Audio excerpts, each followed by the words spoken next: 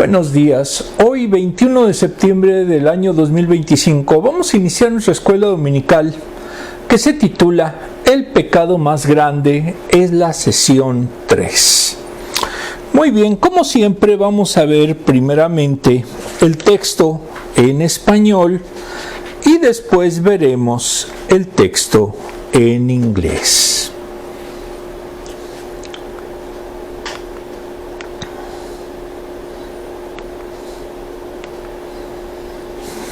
Del lado izquierdo es la portada que utiliza el material de Lightwife de la Convención Bautista del Sur. Y del lado derecho es una imagen de Copilot. Muy bien, idea central. El mayor pecado es no confiar en Jesús. Aplicación para la vida. La vida está llena de decisiones que tenemos que tomar. ¿A qué escuela ir? ¿Dónde trabajar? ¿Con quién casarse? Todas esas son decisiones importantes, pero no son comparables con la decisión de confiar en Jesús para el perdón de pecados. Queremos minimizar la importancia de esa decisión al pensar que podemos mantenernos neutrales ante Dios. Pero la realidad es que no existe un punto intermedio entre ser hijo de Dios y ser enemigo de Dios. Toda persona será confrontada con la realidad de su propia condición ante un Dios santo. Pero algunos han tenido mayor revelación y exposición a la verdad de su palabra. Y cuanta más verdad conozcas del Evangelio revelado en Cristo Jesús, mayor es tu responsabilidad delante de Dios y tu condenación al rechazarlo. Si estás dudando sobre la importancia del arrepentimiento al que Dios te invita hoy para ser reconciliado con Él, este estudio debe animarte a no tomar esa decisión a la ligera. Hoy es el día de arrepentimiento, hoy es el día de salvación. Sobre todo si efectivamente no has conocido al Señor. La versión inglesa, en lo personal, me gusta más, ya lo he dicho. Nos dice, la Biblia se encuentra con la vida. ¿Qué tienen en común las siguientes personas? F. Lee Bailey, Richard Alex Murdoch, Edward Snowden, Benedict Arnold, Pete Ross, Shillis Joe Jackson, Tim Donaghy, Donald Sterling y Ben Affleck. La respuesta rápida es que, de una u otra forma, todas son figuras controvertidas. Esta lista incluye abogados, figuras políticas, atletas, un dueño de la NBA, un árbitro, un héroe militar e incluso un actor. Entonces, ¿qué tienen en común estas personas más allá de ser controvertidas? Todos, de una forma u otra, han cometido un pecado imperdonable y han recibido suspensiones de por vida por sus actos. Los abogados quedan inhabilitados por prácticas poco éticas. Los atletas por apuestas. Las figuras políticas y militares por traición. Y sí, la estrella de cine incluso fue expulsada de ciertos casinos por contar cartas en el blackjack. Quizás algún día la sociedad cambie de opinión y los perdone. No fue así con el pecado que Jesús describió en el pasaje que estudiaremos hoy. Jesús se dirigía a una multitud asombrada que acababa de presenciar cómo sanó milagrosamente a un endemoniado. Este dramático acontecimiento dio lugar a una conversación más amplia sobre el pecado, incluyendo un pecado en particular que generaría debate teológico durante siglos. ¿Qué pecado podría ser tan terrible que Dios no lo puede perdonar? Vamos a ver a qué se refiere ese pecado. Muy bien. En el post del lado izquierdo pues se ve una mano que presupone que se refiere a un pecado, algo que no debemos de hacer. Y del lado derecho vemos a un niño que está en su momento con el mundo y eso amerita muerte. En cambio, el pecado es lo que divide a ese niño, a esa persona, con Dios, que es la vida. Muy bien, vamos a iniciar ahora nuestro camino teológico. La palabra dice, Mateo 12 del 22 al 23, Jesús y Beelzebú. Un día le llevaron un endemoniado que estaba ciego y mudo, y Jesús lo sanó, de modo que pudo ver y hablar. Este es uno de los milagros, creo que es el único que se describe en un solo versículo. Es el número de 5, el 12, 22.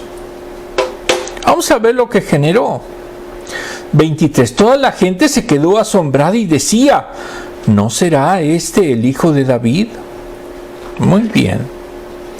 Vamos a ver el post. El post refiere, como habíamos dicho, Jesús, el hijo de David.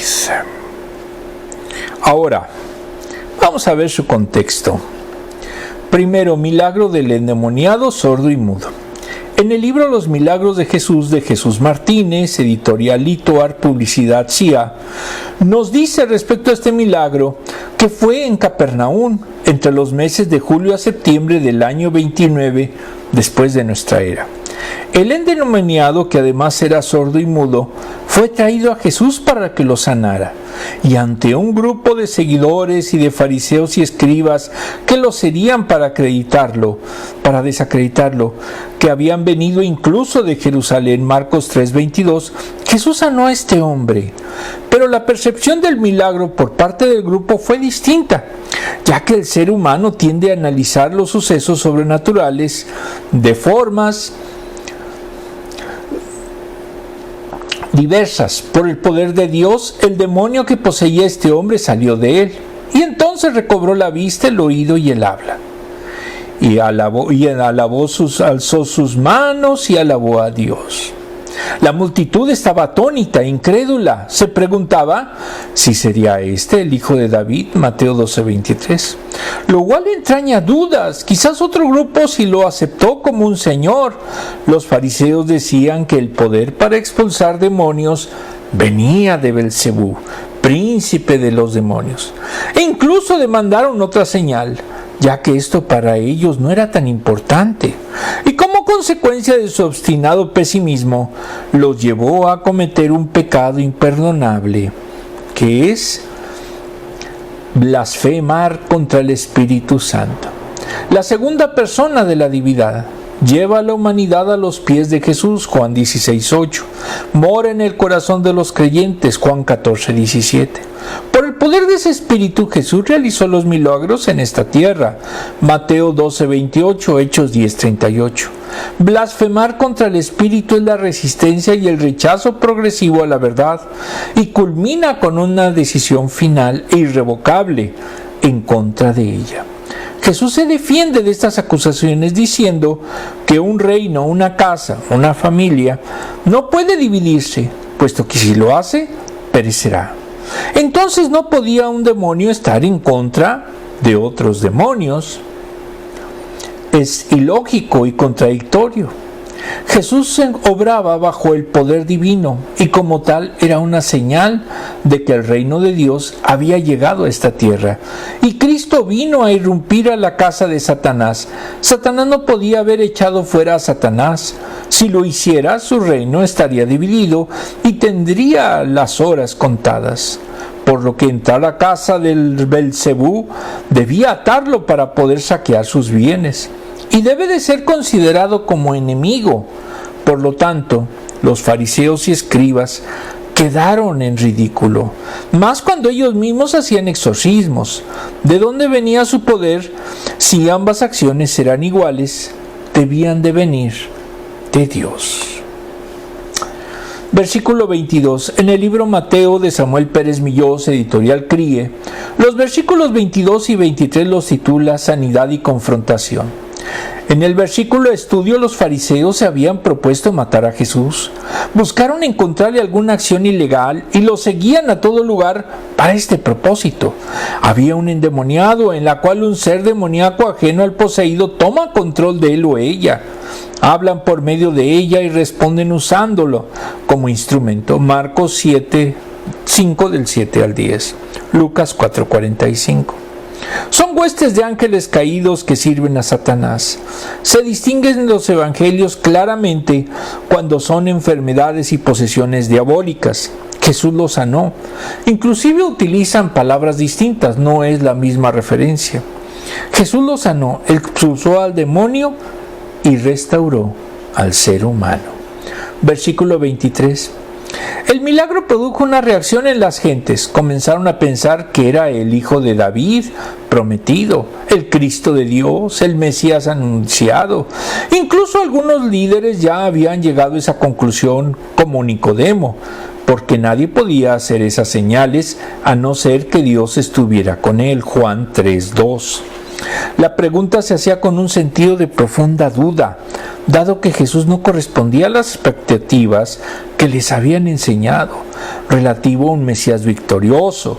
Jesús era como del pueblo, no era el guerrero victorioso que llevaría a Israel a ser preponderante de nuevo a nivel mundial. Esperaban un Mesías materialista y terrenal. Hechos 1:6. En la psicología o psiquiatría sería difícil que reconocieran que alguien tenía un problema de tipo espiritual. El diagnóstico de un endemoniado podría ser esquizofrenia o bipolaridad. No podemos afirmar que todos tienen una posesión demoníaca o tienen enfermedades mentales.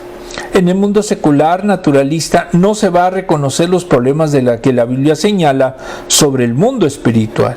En el tiempo de Jesús se determinaba cuando había un problema de posesión demoníaca y se consideraría actualmente que era una solución menos sofisticada e intelectual, como las que se dan en nuestros días. Pero se renuncia a identificar a veces el verdadero problema. Desglose. El hombre cambió radicalmente y quien lo vio quedó atónita. Jesús hizo señales y la explicación que encontraron era que posiblemente era el Mesías, de acuerdo a las señales que dieron los profetas. Fueron señales claras y de gran magnitud. Al ver sano un endemoniado que además era sordo y mudo, lo identificaron como alguien que estaba cumpliendo las señales gloriosas que acompañarían al Mesías esperado. Él sería del linaje de David y ocuparía su trono en Israel. Creían que iba a ser un libertador político. David fue un rey guerrero, peleó un sinfín de batallas contra los enemigos de Israel. Pero también tenía sus detalles. Lo que estas personas no saben es que Jesús también iba a pelear una gran batalla contra el principal enemigo del pueblo de Dios. La batalla sucedería en la cruz y el enemigo al que iba a vencer era la muerte misma. Hoy, la gente ve a Jesús como un Mesías que nos va a dar principalmente salud y prosperidad. ¿Quién es en realidad el Hijo de David y cuál es su verdadera misión? La pregunta más importante es cuál es nuestra mayor necesidad y quién va a suplir nuestras vidas, en nuestras vidas. Eso lo cumple Jesús como el Mesías de un nuevo Israel. Vamos a ver ahora las preguntas.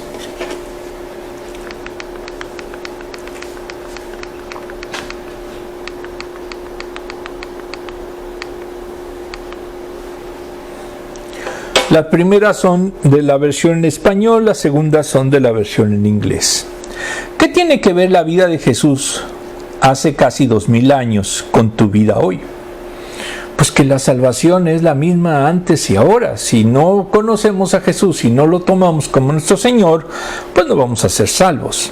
¿Quiénes son algunas personas en la historia que están siempre vinculadas con la controversia?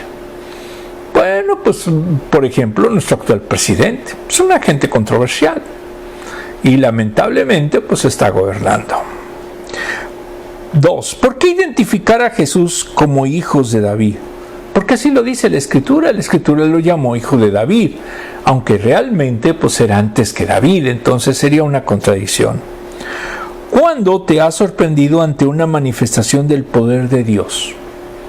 Bueno, pues en lo personal es una manifestación el que aún en lo personal, si no tengo una vista ni siquiera medianamente buena, pues me haya permitido llegar a este país y gracias a mi esposa y a otros factores, estar en su momento en este lugar y en este momento y con este ministerio. Eso sí se me hace milagroso. Muy bien, vamos a ver. Mateo 12 del 24 al 29. Pero al oírlo los fariseos dijeron: este no expulsa a los demonios, sino por medio de Beelzebú, príncipe de los demonios. Jesús conocía sus pensamientos y les dijo: todo reino dividido contra sí mismo quedará asolado, y toda ciudad y familia dividida contra sí misma no se mantendrá en pie. Si Satanás expulsa a Satanás, está dividido contra sí mismo.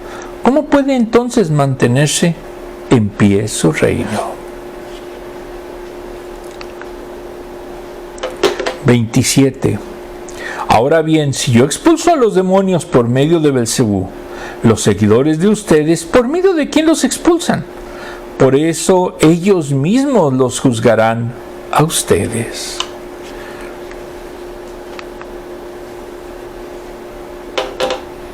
(28) En cambio, si expulso a los demonios por medio del Espíritu de Dios, eso significa que el reino de Dios ha llegado a ustedes.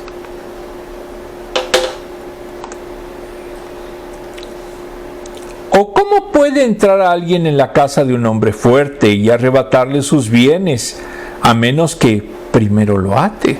Solo entonces podrá robar en su casa. Ese hombre fuerte se refiere a Satanás, aunque es un poco controvertido el término, pero ese es el mensaje que da en este texto. Tu casa dividida, ¿qué dice? No sobrevivirá, no subsistirá. Muy bien. Contexto 2. Blasfemia contra el Espíritu Santo. En el libro Diccionario Teológico Ilustrado de Francisco Lacueva, editorial CLIE. La pantalla. ¿Qué pasó? Perdón. ¿Ya? Ya. Ahora sí, perdón. Blasfemia contra el Espíritu Santo. En el libro Diccionario Teológico Ilustrado de Francisco Lacueva, editorial CLIE, nos dice que el término blasfemia entró al castellano alrededor del siglo XIII y viene del latín blasfemia, hablar insultante. En general es todo gesto o palabra para menoscabar el valor de otro ser, sobre todo de otra persona, viva o muerta. Es un insulto a una deidad o una burla de su poder. La blasfemia en el Nuevo Testamento no solo tiene a Dios por objeto, Apocalipsis 11:6, 16:9, y a su palabra, Tito 2:5, sino también a su pueblo, Romanos 3:8, 1 de Corintios 10:30, Efesios 4:31, Tito 3:2. La blasfemia contra el Espíritu Santo solo se señala en Mateo 12 del 31 al 32, Marcos 3 del 28 al 29 y Lucas 12:10. Algunos ven al pecado imperdonable, otros hacen una diferencia entre este pecado y el de la muerte.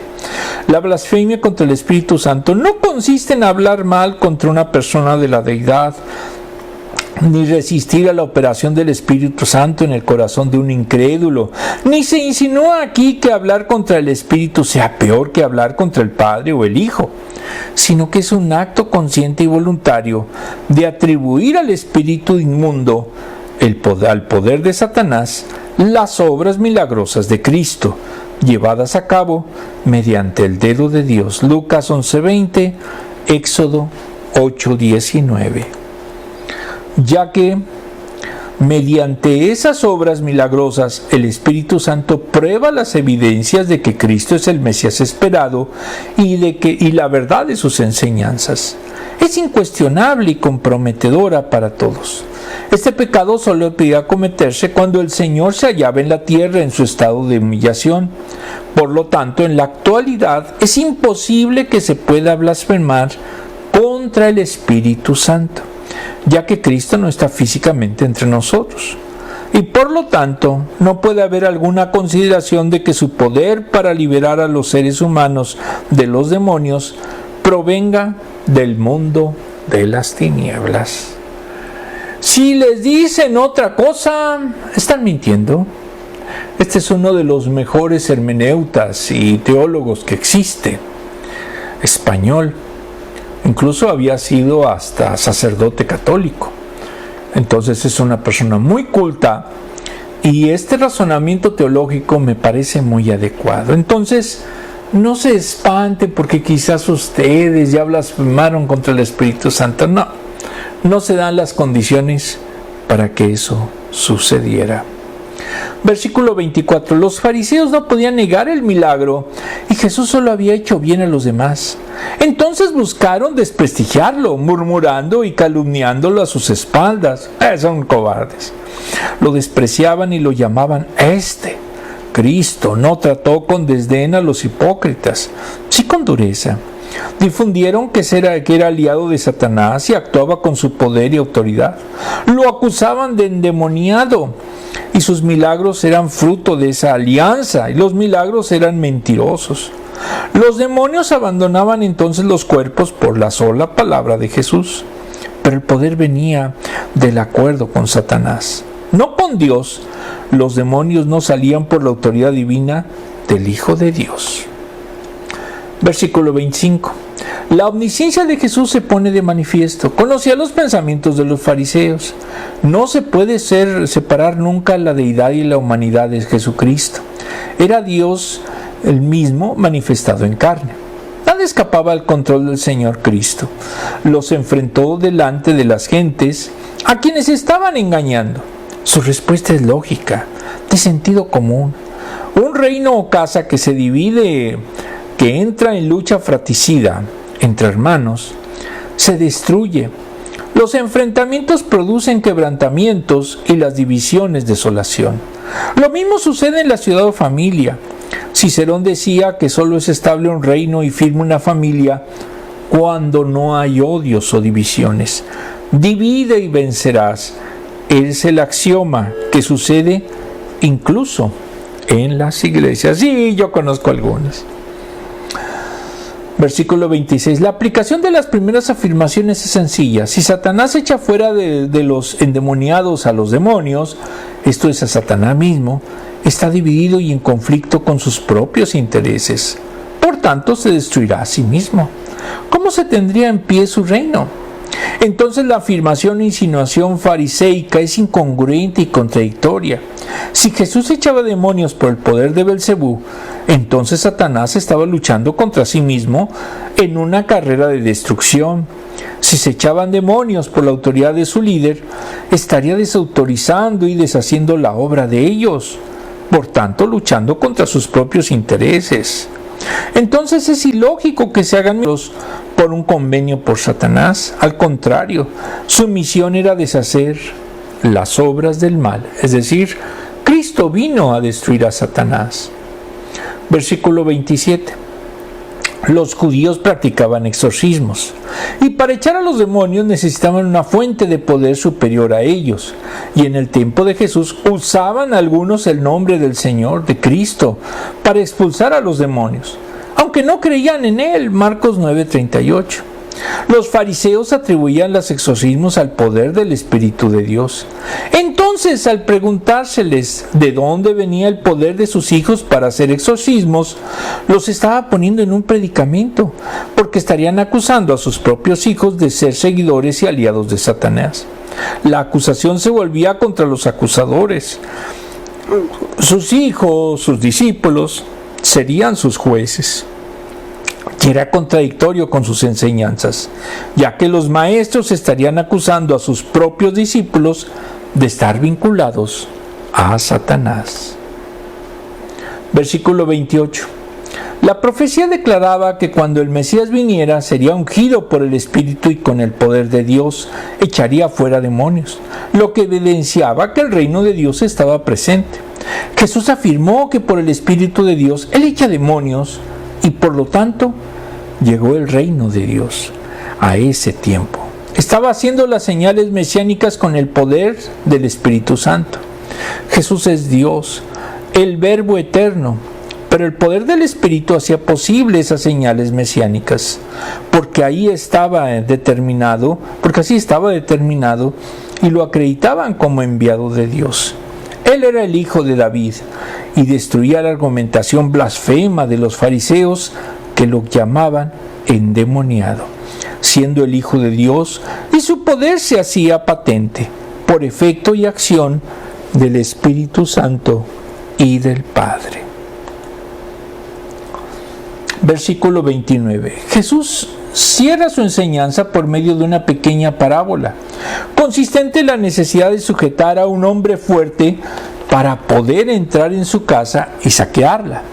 El ladrón no es ayudado nunca por el dueño de la casa que va a robar. Solo podrá llevarse el botín si el dueño es reducido a impotencia.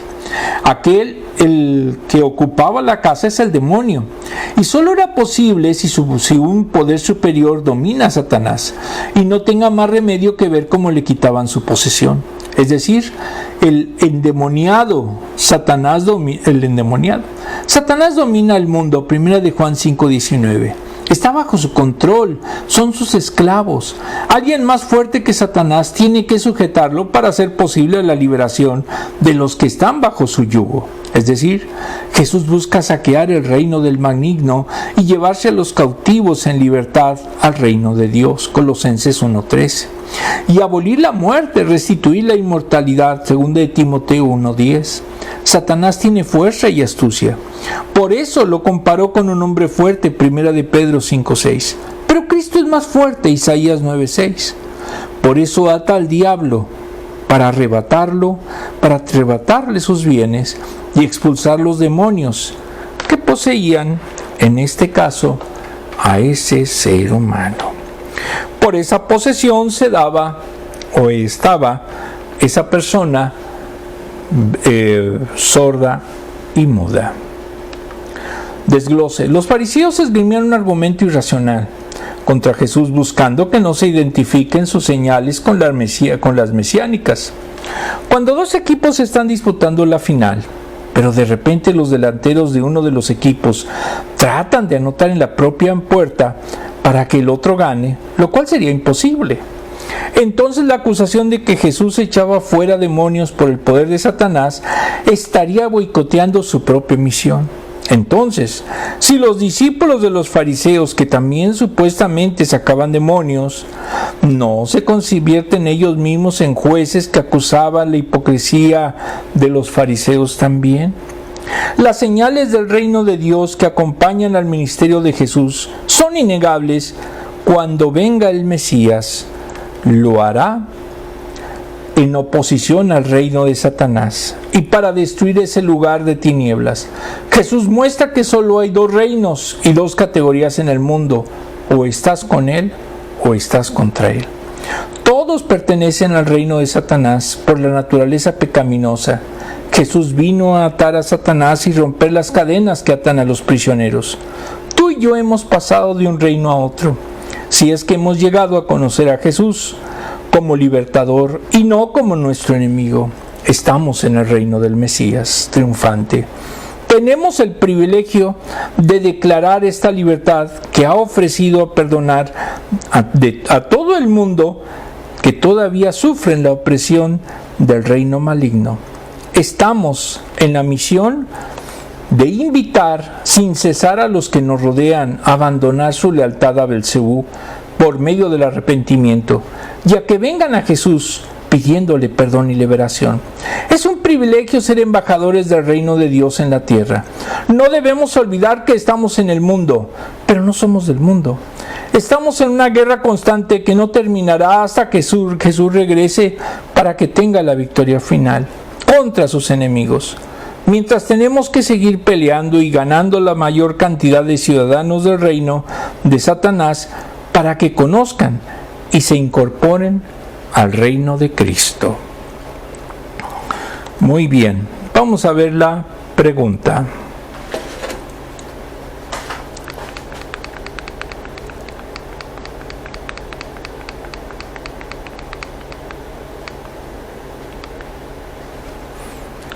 Hacemos un break.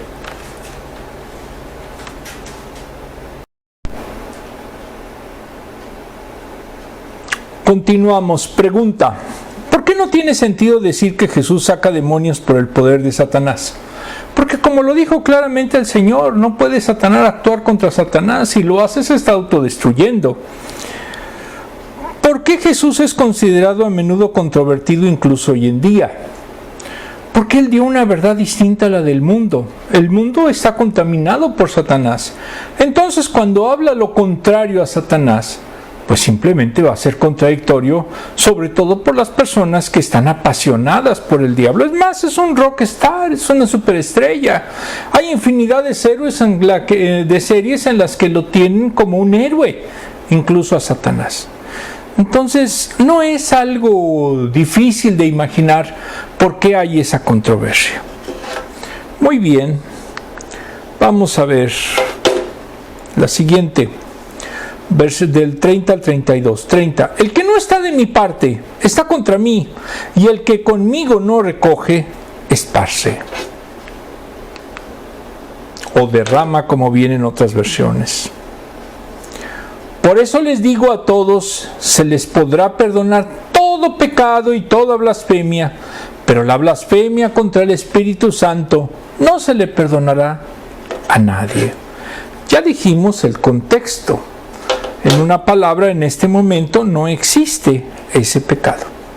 A cualquiera que pronuncie alguna palabra contra el Hijo del Hombre se le perdonará, pero el que hable contra el Espíritu Santo no tendrá perdón ni en este mundo ni en el venidero.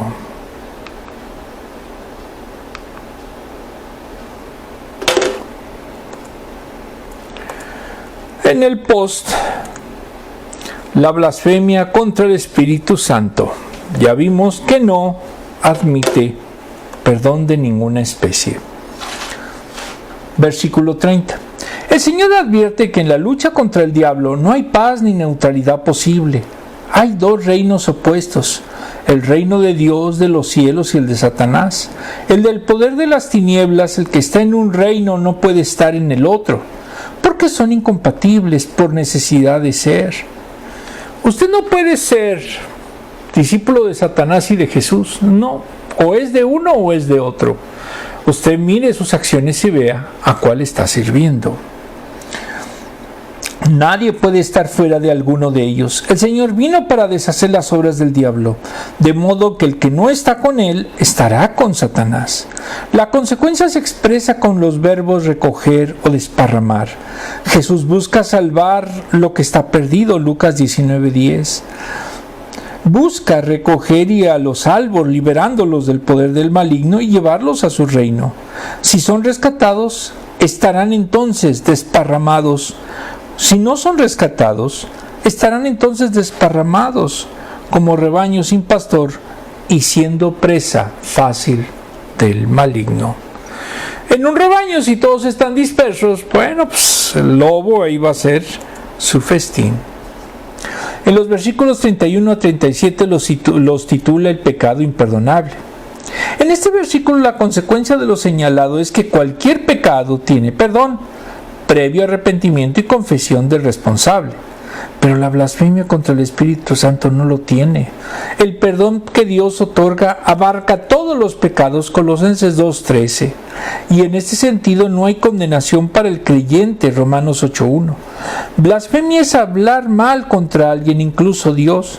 Y esto iba dirigido a los fariseos que afirmaban que Satanás, no por el poder de Dios, sino por una alianza con Satanás, y de allí el poder con el que echaba fuera demonios, no venía del Espíritu, sino del demonio. Entonces, han cometido un pecado imperdonable, es decir, es el acto consciente y voluntario que atribuye al diablo las obras de Cristo, llevadas a cabo por el dedo de Dios, Lucas 11:20. Esto es por el Espíritu Santo. Era un rechazo voluntario a la evidencia de dónde procedía el poder con que Jesús hacía los milagros. Las gentes que relacionaban el poder de Cristo con Satanás sabían que Jesús era el enviado de Dios, Juan 3:2, y que los milagros ocurrían por el poder de Dios. Este rechazo voluntario y consciente nace de un corazón endurecido que se revela directa y abiertamente contra Dios y tiene la osadía de llamar Satanás al Espíritu Santo y endemoniado al Hijo de Dios. No era una blasfemia producida por la ignorancia, sino por el desprecio. No lo aceptaban y buscaban engañar a otros. Los siguientes, estos fariseos blasfemaban contra Dios, a otros que lo siguieron. Estos fariseos blasfemaban contra Dios y buscaban que las almas se perdieran de los que se les seguían, y con ello cerraban toda posibilidad de perdón. Versículo 32. Dice claramente que lo dicho contra el Hijo del Hombre alcanzará perdón, pero si se blasfema contra el Espíritu Santo, ni en este siglo ni en el venidero es menor el Hijo que el Espíritu. No hay diferencia entre la dignidad y deidad de las tres personas divinas, Padre, Hijo y Espíritu Santo. Son eternamente Dios en la infinita igualdad dentro de la distinción de personas en el seno trinitario. Esta afirmación parte del contexto. Las gentes dudaban si era el hijo de David o no, versículo 23. El Señor se presentaba como un hombre, como los demás. No era un libertador, sino un hombre manso y humilde, que no disputaba ni alzaba su voz. Era como profeta, no como Mesías. Versículo 32. No sería perdonado ni en esta época ni en la venidera, usando un hebraísmo, ni en este siglo ni en el venidero, es decir, en ningún tiempo. En el tiempo actual sería imposible que se diese, puesto que exigía que estuviese todavía el Mesías haciendo milagros y entendiendo que eran hechos por el poder del Espíritu Santo. Los atribuyesen a Satanás, y con esto no es factible que suceda actualmente. Entonces no se podía cometer en la actualidad. Algunos alegorizan al texto para referirlo al que no sigue el llamado de Dios y al poder de su gracia, considerando que es una resistencia al Espíritu Santo. Pero si siente que lo ha cometido, no puede haber blasfemado, puesto que tiene una demostración de que su corazón no se ha endurecido. En una palabra, no se preocupe al menos por este pecado. Reflexión del libro ¿Cómo sería una iglesia si Jesús fuera mi pastor?, de Pablo Marcini, editorial CLIE. Vamos a ver el tema Jesús frente a la religión, parte 5. También Jesús se refirió a la vigencia y permanencia de la palabra de Dios. Todo se cumplirá conforme Dios lo dijo a través de los santos hombres que hablaron inspirados por el Espíritu Santo, los profetas. Segunda de Pedro 1:21. Incluso las profecías referidas al final de los tiempos. El Nuevo Testamento sentencia que Jesús no conoce pecado. Segunda de Corintios 5:21. Fue tentado como nosotros, pero sin pecado. Hebreos 4:16. Él era santo, puro, inocente, inmaculado, apartado del mal y del pecado. Hebreos 7:26.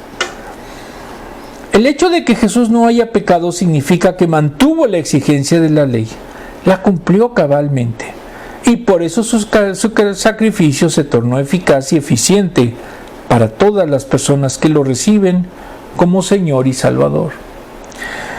Pero aparte de su santidad, al leer los evangelios, notamos que las acciones, palabras y actitudes de Jesús interpretaron de modo perfecto lo establecido por Dios. En ese sentido, había un abismo de distancia entre la rigurosidad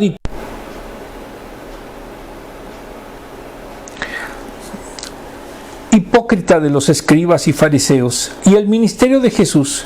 Cada uno de nosotros debería guardar, obedecer la palabra de Dios en la cotidianidad de la vida, a fin de demostrar que amamos a Dios, no solamente cuando obedecemos un rito, seguimos la liturgia o realizamos un acto de servicio, sino cuando nos desafiamos a poner por obra los mandamientos de Dios en todos los aspectos y áreas de nuestra vida, pese a lo que marca la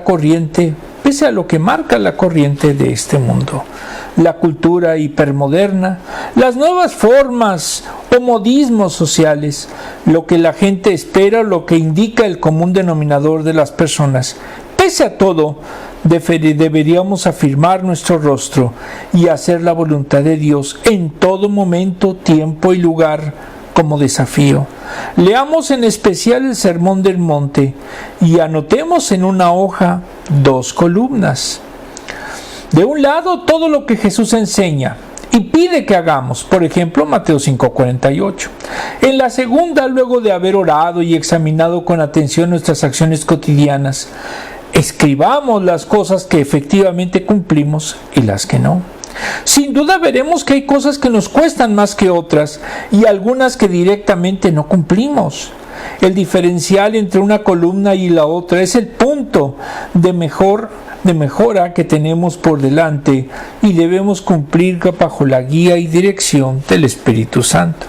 De eso se trata vivir la cultura de Jesús, de esforzarnos por poner por obra lo que Jesús hizo, actuar como Él actuaría y pensaría como si lo habría en nuestro lugar.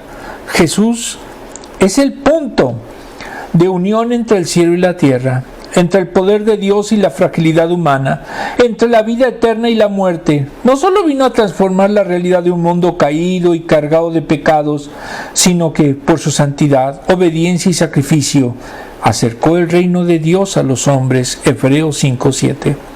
En ese sentido, el Evangelio de Lucas refiere la oportunidad de la cual Jesús, haciendo pie en el libro del profeta Isaías, describió el propósito de su ministerio, que es dar buenas nuevas a los pobres, sanar a los quebrantados de corazón, dar libertad a los cautivos como el endemoniado, vista a los ciegos, a poner en libertad a los oprimidos, predicar el año del Señor. Lucas 4:18-19. Jesús fue diferente porque cumplió la voluntad de Dios en toda su cabalidad. Desglose. Muchas personas buscan pretextos para no creer en el mensaje de la Biblia. Buscan las frases y conceptos más difíciles y ofensivos para justificar su incredulidad. Hay pasajes difíciles de entender como el que vimos, y más para la mente natural. Pero siempre debemos interpretar cada pasaje siempre en su contexto más amplio. Jesús dijo que el pecado que no puede ser perdonado es la blasfemia contra el Espíritu Santo. Y muchos agonizan pensando que ya lo han cometido.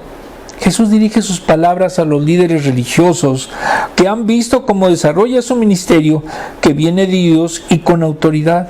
Ellos saben que están mintiendo y sabotean a propósito los fines del mensaje, el creador del universo y de sus vidas. El conocer la verdad los hace más responsables ante Dios que otros que son ignorantes. Estos fariseos no sienten culpa o tristeza en sus corazones al acusar falsamente a Jesús y decir que actúa con el poder de Satanás y no con el poder de Dios.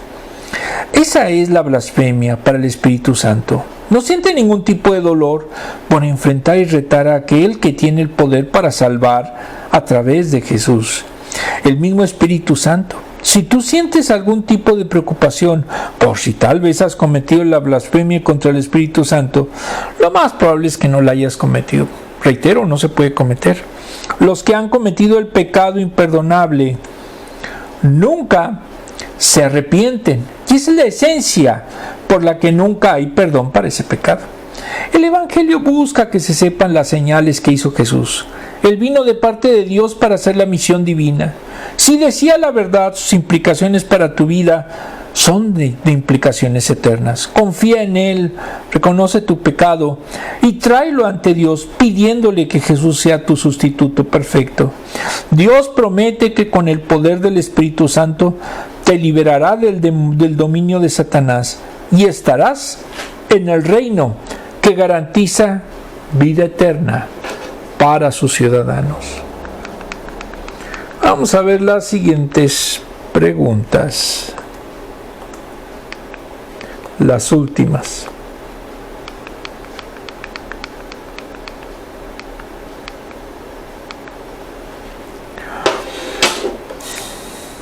¿Cuánta revelación existe de que Jesús era quien decía ser? Pues todos los evangelios. Y si él dijo de que algo es congruente con lo que pasaba. Él dijo que iba a venir a liberarnos y liberó a este endemoniado. Esa es una demostración de congruencia. ¿Cuáles son algunos pecados que a menudo se consideran imperdonables? Reitero, muchos piensan que ya blasfemaron contra el Espíritu Santo, pero eso es imposible. Necesitaría estar Jesús otra vez aquí en la tierra, y eso no va a suceder hasta la segunda venida. ¿Cómo sabes que no has cometido el pecado imperdonable? Ya dijimos, necesitaría Jesús estar aquí, que nosotros fuéramos fariseos y dijéramos que su poder viene del diablo. ¿Cómo puede este pasaje dar esperanza a alguien cuando siente que Dios nunca podría perdonarlo? Porque es falso, sí lo puede perdonar. Y de hecho se dice, como vimos en la palabra, que todo pecado puede ser perdonado. Entonces, no se aflija, no sea adventista. Porque los adventistas sienten que ya todo se acabó. Yo les llamo en su momento los esquizofrénicos o los paranoicos de la Biblia. Muy bien. Mateo 12, ¿todos? Mateo 12:33. Si tienen un buen árbol, su fruto es bueno. Si tienen un mal árbol, su fruto es malo. Al árbol se le reconoce por su fruto. Mateo 12:33. Vamos a hacer una última oración. Amantísimo Padre, perdónanos porque muchas veces no entendemos que tu mensaje no es para que lo aprendamos de memoria, sino para vivirlo. De nada nos sirve tener en su momento una gran cultura, un gran conocimiento, si nos peleamos en una familia. La ciudad o en su momento la iglesia no puede subsistir.